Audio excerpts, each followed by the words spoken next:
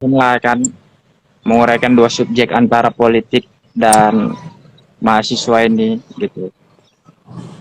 Ya, Dua, dua subjek ini selalu sulit lah untuk dilepaskan, untuk memberikan pengembangannya di sosial, bagaimana merespon setiap situasi yang ada gitu.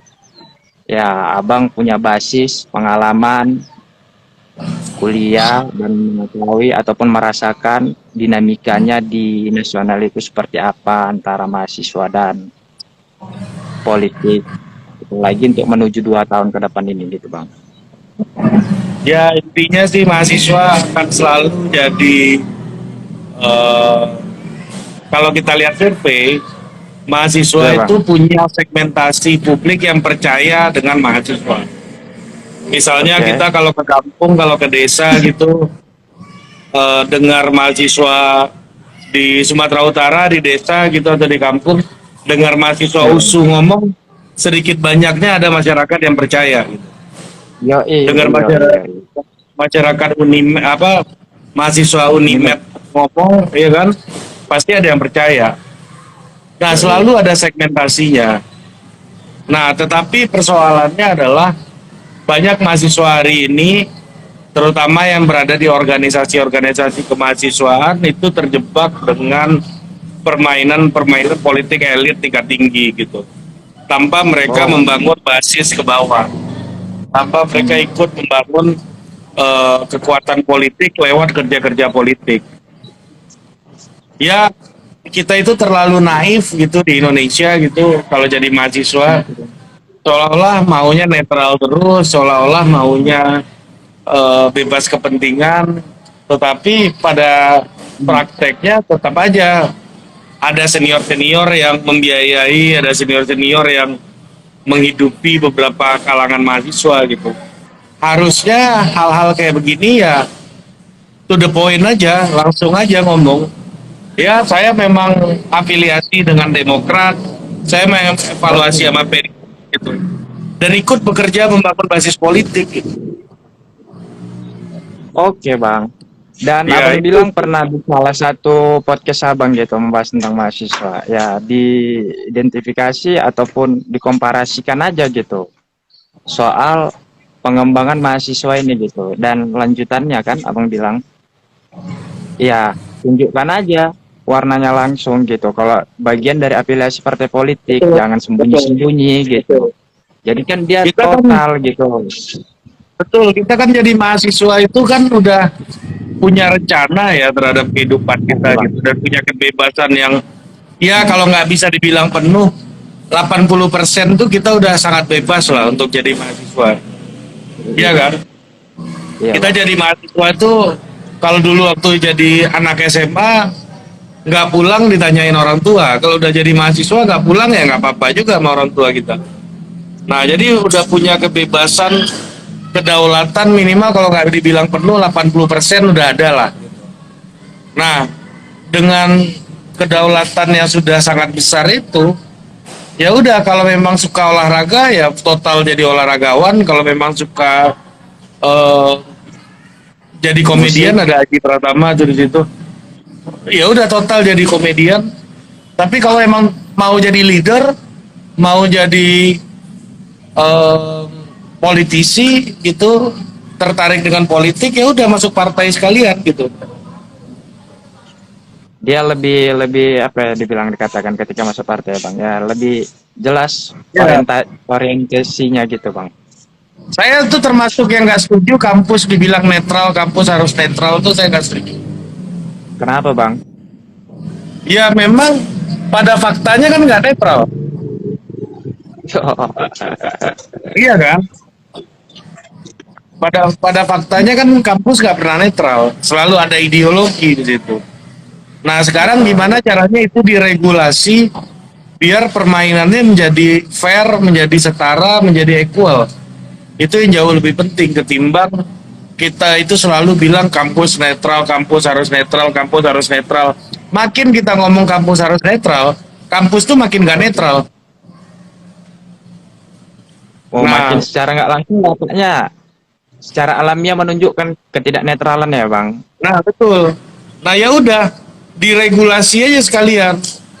Partai politik Ah, boleh bikin organisasi kemahasiswaan gitu dengan batas-batas A, B, C, D, E, F, G gitu. Saya tuh termasuk yang setuju partai politik masuk kampus gitu. Tapi jelas, misalnya kita bilang di USU yang menang Gerindra, di UI yang menang oke. PSI gitu, di mana yang menang PKS gitu, UGM gitu misalnya. Saya termasuk yang setuju dengan cara pandang kayak gitu, tapi diregulasi. Ketimbang kayak sekarang mainnya kucing-kucingan gitu. Dan tidak Mainnya ada seperti regulasi itu gitu. nggak ada regulasi gitu. Kita dengarlah pemilihan ketua BEM, Nah, partai-partai, betul. tokoh partai ikut gitu misalnya. Meramaikan baik itu mendukung secara funding atau mendukung dengan cara apapun gitu. Kita dengar gitu. Nah, jadinya hubungannya kucing-kucingan. Orang-orang tetap berusaha untuk jadi netral itu ya kalah dia gitu. Jadi menurut saya yang jauh lebih penting adalah membuat lapangan pertarungannya menjadi terbuka gitu. Sehingga itu menunjukkan ruang kreativitasnya semakin ya transparan gitu Bang. Makin transparan. Kalau di Amerika itu Bill Clinton tuh sejak zaman kuliah kita bisa cek rekornya dia sebagai aktivis mahasiswa kayak apa. Dia demokrat sejati nggak sejak jadi mahasiswa gitu misalnya. Dia seorang Republikan sejati nggak Mitt Romney ini dari dia sejak duduk di kampus di college. Nah jadi itu yang kita itu kadang-kadang tutup mata seolah dibuat steril tapi mainnya ngumpet-ngumpet terus nggak ada pertumbuhan diskursus gitu. Betul. Ya apa salah satu faktornya kan kalau di Amerika itu Bang soal pengembangan teknologinya kan udah cepat berkembang apabila dibandingkan sama Indonesia gitu. Sehingga para pemimpin-pemimpinnya ada rekam jejaknya melalui digital gitu. Nah, Enggak, bukan soal apa-apa karena dari zaman mahasiswa mereka udah terafiliasi dengan partai politik. Misalnya Clinton yang liberal gitu misalnya, yang demokrat, betul. yang konservatif gitu. Dari zaman masih muda gitu. Nah, inilah yang menurut saya di Indonesia itu tidak terjadi gitu. Sehingga kita lebih milih kucing-kucingan, ngumpet-ngumpetan, nggak mau ngomong apa adanya gitu. Betul. Sehingga ya pengembangan itu pun nggak berlangsung juga ikut sama arus apa yang sedang terjadi di dunia gitu. Ya sementara iklim di dunia pendidikan di tingkatan mahasiswanya gitu yang abang katakan tidak ada ruang keterbukaan, transparan dan konkretnya bagi mahasiswa itu ingin berpolitik dan itu ada turunannya langsung ke jenjang perguruan tingginya gitu. Iya, betul. Orang founding fathers kita bikin partai di usia muda semua kok dulu. Iya kan? Bahkan waktu kuliah di Belanda pun mereka bikin partai gitu. Ya namun ya ada gejala dilematis juga sih Bang. Kalau aku membacanya, gejala dilematisnya ya hari ini Bang, ya sulit juga gitu apabila nggak ada pendanaan gitu. Sementara kalau mau buat partai ataupun mau bergabung sama partai, tentunya ada tingkatan tertentu, syarat-syarat tertentu yang dimana kadang-kadang itu ada kontra pikiran gitu Bang. Ya ada pendidikan ataupun pemberitaan tertentu sehingga ya kawan-kawan pun merasa dilematis gitu Bang. Iya makanya karena sistem pengkaderannya itu kan nggak jelas. Hmm, Sistem pengkaderannya dia ngambil yang udah jadi udah punya uang banyak diadu sama yang nggak punya uang. Iya kan? Ya habis lah yang nggak punya uang. Tapi kalau kita bisa bikin sistemnya lebih terbuka, sejak dia muda bisa dicek, ya kan? Orang-orang baru bisa diajar gitu. Misalnya lu nggak pernah lewat mekanisme yang gua lewatin gitu. betul. Nah itulah. Ya Ya kalau memang kebanyakan kan memang ya memang lanjut Bang. mau kalau memang mau netral netral aja ya Ya nggak bisa, eranya bukan itu lagi. Kalau zaman dulu lawannya itu otoritarianisme. Wajar kalau Mm-mm. mahasiswa memilih netral untuk berseberangan dengan otoritarianisme, ngelawan rezim otoriter. Kalau sekarang kan lawannya bukan rezim otoriter lagi, demokrasi elektoral. Siapa yang bisa, yang benar-benar terlatih untuk melewati demokrasi elektoral, nah disitulah dia yang bisa memenangkan politik gitu, pertarungan politik gitu. Oke. Terus ya, mengapa Abang mengatakan seperti ini ya? Inilah solusi dari bentuk era yang sekarang kita jalani, yaitu sistemnya berdemokrasi gitu, bukan lagi totalitarianisme gitu. Iya betul. Karena di situ ada ruangan, ya silakan aja, terus terang dan Makanya jangan transparan. kucing, makanya jangan kucing-kucingan. Ya selama ini kan kucing-kucingan semua. Nah anak muda itu Ya, masuk aja parpol kalau memang mau jadi pejabat publik. apa Bang? Kalau emang mau jadi pejabat publik masuk aja partai politik udah. Kalau orientednya ke situ ya Bang. Iya. Dan itu Kan kita lebih panjang bicara perspektifnya. mahasiswa dan politik nih gitu. Iya. Kalau emang mau jadi pejabat publik masuk aja parpol. Dan itu Udah lah. cukup cukup Itu aja menjanjikan tuh. gitu ruangannya. Iya, bukan cukup menjanjikan, memang itu sebenarnya nggak menjanjikan. Yang paling menjanjikan tuh lu masuk korporat, dapat uang banyak, terus jadi pengusaha, dapat uang banyak, habis itu baru masuk ke politik bagi-bagi uang. Nah, itu yang lebih menjanjikan. Kalau dari muda Ya, masuk parpol itu kan nggak menjanjikan. Berliku-liku, bawain tas orang dulu, belajar dulu, melewati proses dulu gitu loh. Ini ya dengan yang keliru, melewati ideologisasi dulu gitu. ya kalau yang seperti itu kan yang abang katakan, yang menjanjikan di corporate banyak uang terus masuk, potensinya langsung bisa menang dengan bahan yang dia punya. Ya balik kan, kualitasnya itu kan nggak semakin berkembang gitu. Beda halnya yang Iya aku bilang kan. makanya masuk ke partai itu nggak menjanjikan menurut saya. Itu jalan berat. Dan masalahnya banyak anak muda hari ini tuh nggak mau berproses dan nggak mau jalan-jalan berat itu gitu. Apa indikatornya abang melihat anak muda tidak mau melakukan hal seperti itu lagi bang? Ya coba aja tanya partai politik. Mereka itu kebanyakan bukan nggak mau ngasih kesempatan ke anak muda, tapi anak muda yang datang itu banyak yang nggak berkualitas gitu. Anak muda yang berkualitas yang hebat-hebat pasti masuknya ke korporat atau jadi ASN. Tanya aja teman sekelasmu yang pinter-pinter apa mau mereka masuk parpol. Enggak lah, pasti mau jadi PNS. Bang ingat situasi perpolitikannya, abang ambil contohnya ya, Iya, sehingga tidak segampang berminat itu aja. lagi. Segampang itu aja sebenarnya. Iya kan, kalau mereka bagus, mereka hebat, mereka nggak akan mau masuk parpol. Pasti maunya jadi birokrat, jadi PNS. Dan jalan mereka memilih memilih hal itu kan tentunya ya ada pertimbangannya dengan mengingat partai politik hari ini tidak memberikan ruang yang seperti abang ingatkan tadi gitu, sehingga pun Enggak, bukan. apa Saya sih nggak ngelihatnya bukan nggak memberikan ruang. Sekarang itu partai itu lagi cari anak muda semua. ya Cari anak muda semua. cari anak muda dengan tidak ada indikatornya, yang penting muda gitu bang.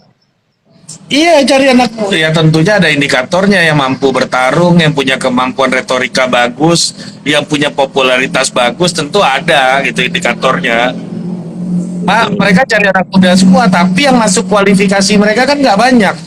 Yang masuk kualifikasi mereka masuk startup, yang masuk kualifikasi mereka jadi ASN. Yang mana nanti masuk startup sudah hebat, berharap negara memanggilmu gitu loh. Nah itu tuh mental-mental rusak kayak gitu. Kekuasaan tuh Nah direbut itu bos. bukan diberikan gitu. Kalau lu nggak pernah ikut merebut kekuasaan ya jangan mimpi gitu. Berarti ada pola kenaipan di situ.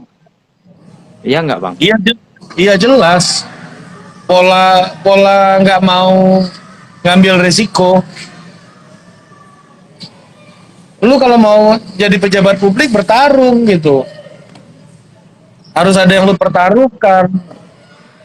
Jangan tiba-tiba ribut si ini jadi pejabat, si itu jadi pejabat, sementara lu nggak pernah bertarung. Betul. Orang yang jadi pejabat, anak-anak muda yang jadi pejabat sekarang yang ngata-ngatain mereka juga anak muda semua kok. Iya kan? Mana ada anak, Iya, betul. nggak banyak anak muda yang dukung-dukung mereka. Udahlah, kita ini terlalu banyak bohong gitu. Terlalu banyak cuma mikirin diri sendiri aja gitu. Ya, apa-apa yang seperti itu kan ada polanya yang di dalam kampus itu perebutan kekuasaannya ya lebih serius di dalam kampus itu sebelum mereka pergi ke keluar. Namun kan keseriusan di dalam kampus itu, Bang, tidak dimaksimalkan gitu ataupun ada ketidakengganan mereka untuk pergi dan mengikuti pertarungan-pertarungan di dalam kampus itu sehingga kadangkala ketika mereka pergi keluar jadi sungkan gitu yang mempunyai minat ataupun kualitasnya gitu. Ya udah kita lebih memilih main di PNS dan berharap di step kemudiannya kita mempunyai kualitas kita bisa ditarik gitu. Apakah Iya, ini menjadi iya itu problemnya. Anak muda ini ngerasa dia dirinya berkualitas semua. Padahal abal-abal kan. Kualitas itu nggak bisa lu ukur ketika lu lulus kuliah. Kualitas itu bertambah terus, bertumbuh terus ketika lu menghadapi ujian-ujian gitu. Kalau lu mau jadi pejabat politik ya hadapi ujian-ujian politik. sehingga relevan gitu dengan realitas yang sekarang ini gitu. Iya pasti. Iya nggak, Bu? Gimana? Sehingga ya mereka tamat kuliah setelah lama bertarung di dalam dunia perkuliahan, mereka menjadi Ya, relevan Bos. melihat realita. Tarung di dalam dunia kampus tuh gak ada apa-apanya sama tarung di luar. Gak ada apa-apanya, bukan gua nggak bilang itu gak berguna ya, tapi gak ada apa-apanya. Itu berguna untuk Namun melatih diri lu, meyakinkan orang gitu. Tapi kalau lu udah keluar kampus, isunya udah berbeda gitu. Variabelnya lebih banyak. Jadi makin lu masuk ke dalam pertarungan yang ada di luar kampus, lu akan dapat ilmu pertarungan politik gitu. Kalau di kampus ya dapatnya ilmu pertarungan politik kampus. Dan itu tidak cukup ultra realitas lah ya, Bang. Iya, nggak cukup. Ya oke Sebagai lah untuk simulasi, sebagai simulasi bisa ya. melatih diri lu untuk tahap awal oke, tapi itu bukan sesuatu yang menunjukkan bahwa diri lu berkualitas gitu.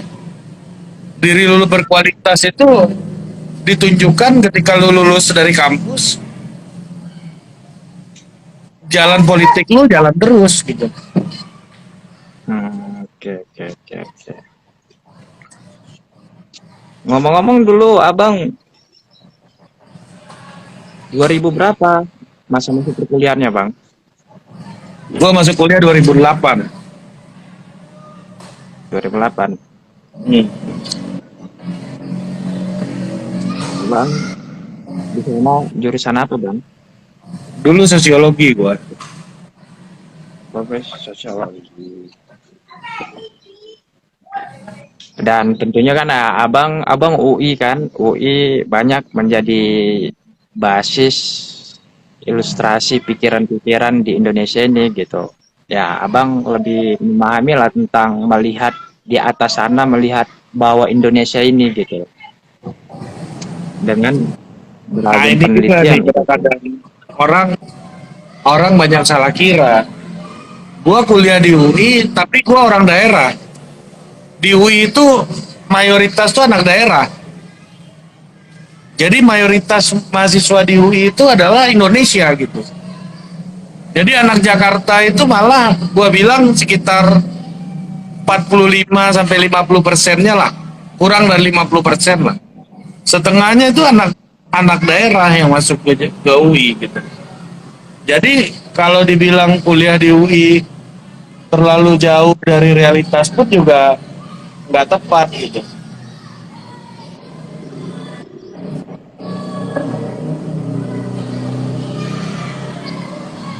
Halo Bang.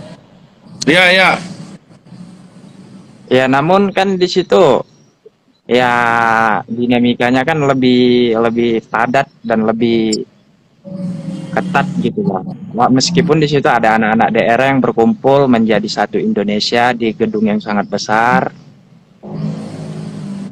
Ya namun di situ kan Bang ada perlombaan pikiran yang sangat ya betul-betul terbaru ataupun terkini melihat situasi dunia ataupun Indonesia ini. enggak, kalau sekarang sih itu udah nggak relevan bro. Kalau sekarang udah nggak terlalu relevan. Karena lu bisa Mengapa akses Bang? bahan semuanya dari internet kan. Bisa Yoi, semuanya. yoi. Lu bisa berinteraksi dengan dosen-dosen yang ada di UI juga. Kalau sekarang udah nggak terlalu relevan itu. Tidak relevannya memasuki di dunia internet yang semakin kencang ini ya Bang. Iya, Sebagaimana bilang Chomsky gitu kan Bang. Ya internet menjadi alat yang positif gitu. Ketika partisipasi itu mau dikembangkan dalam aspek pendidikan, lingkungan, sosial, iya, sehingga tepat yang Abang katakan tidak relevan lagi gitu. Ya kita berjumpa secara offline, namun kan ketika tidak bisa udah ada siasatnya gitu. Siasatnya apa? Melalui internet ini gitu. Untuk memberikan balance, mungkin ada berita yang simpang siur, ataupun ada berita-berita yang tidak relevan ataupun hoax lah katakan gitu. Dan mengingat 2 tahun ke depan ini ya arus di internet ini semakin kencang juga gitu, menampilkan beragam faktor program janji dengan keragamannya pendukung gitu. Nah disinilah macam media-media edukasi untuk memberikan balance ataupun informatif dan edukatifnya, ya kan Bang? iya, benar, benar. Ya kalau gua sih ngelihatnya ya selalu setiap masa itu ada teknologinya ya. Kalau dulu orang masuk ke koran, kalau hari ini setiap orang bisa posting statusnya di eh, Instagram gitu atau di Facebook, punya problemnya masing-masing gitu. Jadi nggak ada alasan juga sebenarnya untuk bilang "Pak, hari ini lebih berat dari masa lalu juga lebih ringan daripada masa lalu, nggak juga gitu, malah lebih sama aja sih menurut gue. Nih baca-baca Apalagi ini apa hubungannya antara politik kampus dengan Tridharma perguruan tinggi?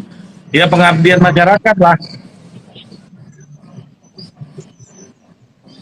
Tridharma itu bisa dikerjakan kalau lu punya kekuatan politik.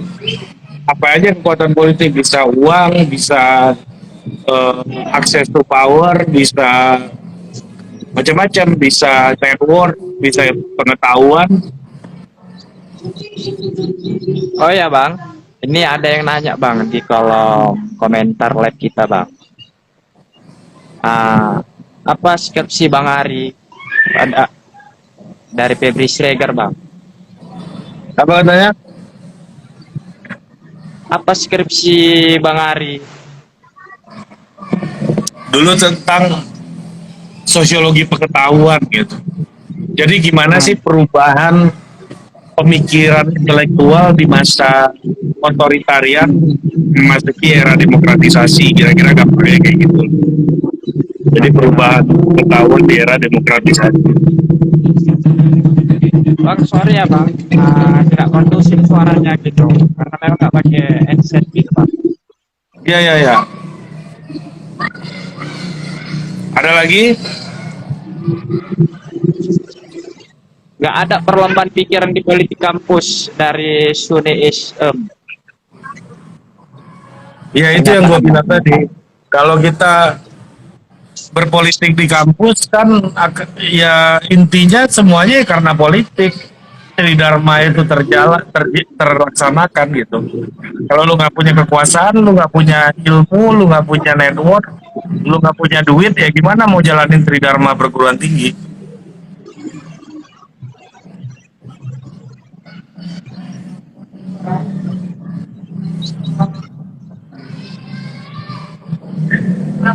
Apalagi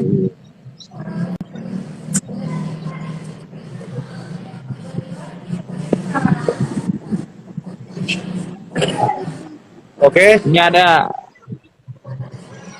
pernyataan juga Bang, Macipeli banget orientasi Bang Ari. apa?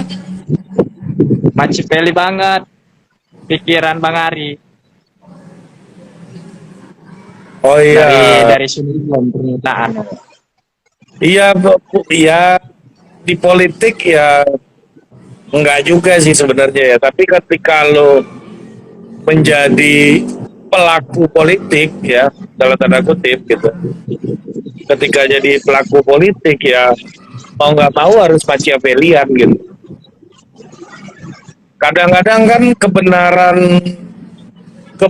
orang kebenaran orang kalah itu hanya akan jadi omong kosong aja karena dia kalah nggak bisa berbuat apa-apa gitu. Tapi omong kosong orang yang menang itu bisa jadi kebenaran publik loh kalau dia berkuasa gitu.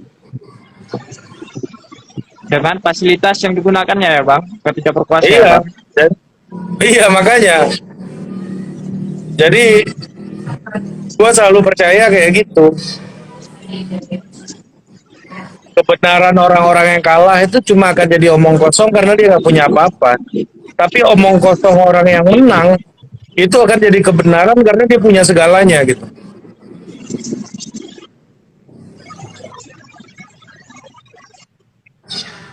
Abang sendiri melihat 2 tahun ke depan ini fenomena di internet apakah semakin kencang seperti 2019 atau menurun Bang? Mengingat politik 2 tahun ke depan ini. Tergantung capresnya siapa. Kalau capresnya bikin polarisasi ya pasti kencang. Tapi kalau capresnya nggak bikin polarisasi ya akan lebih adem, Pak. Nah, Oke ya bro, ini anak gua udah mau pulang nih bro. oh iya Bang, makasih Bang, udah setengah jam juga obrolan soal mahasiswa dan politik dilangsungkan gitu. Dan kita berterima kasih juga kepada Bang Ari udah mau bagi ilmunya di Siap-siap. ruang ekspresi. Ya, thank you, thank Barangkali, you, thank you. Thank you udah diundang ya bro. Sampai jumpa teman-teman semuanya. Ada ya Bang.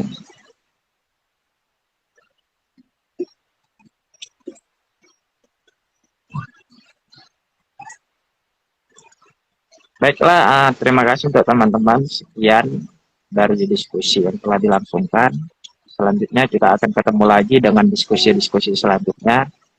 Saya Hakim, mohon izin dulu. Sampai jumpa lagi.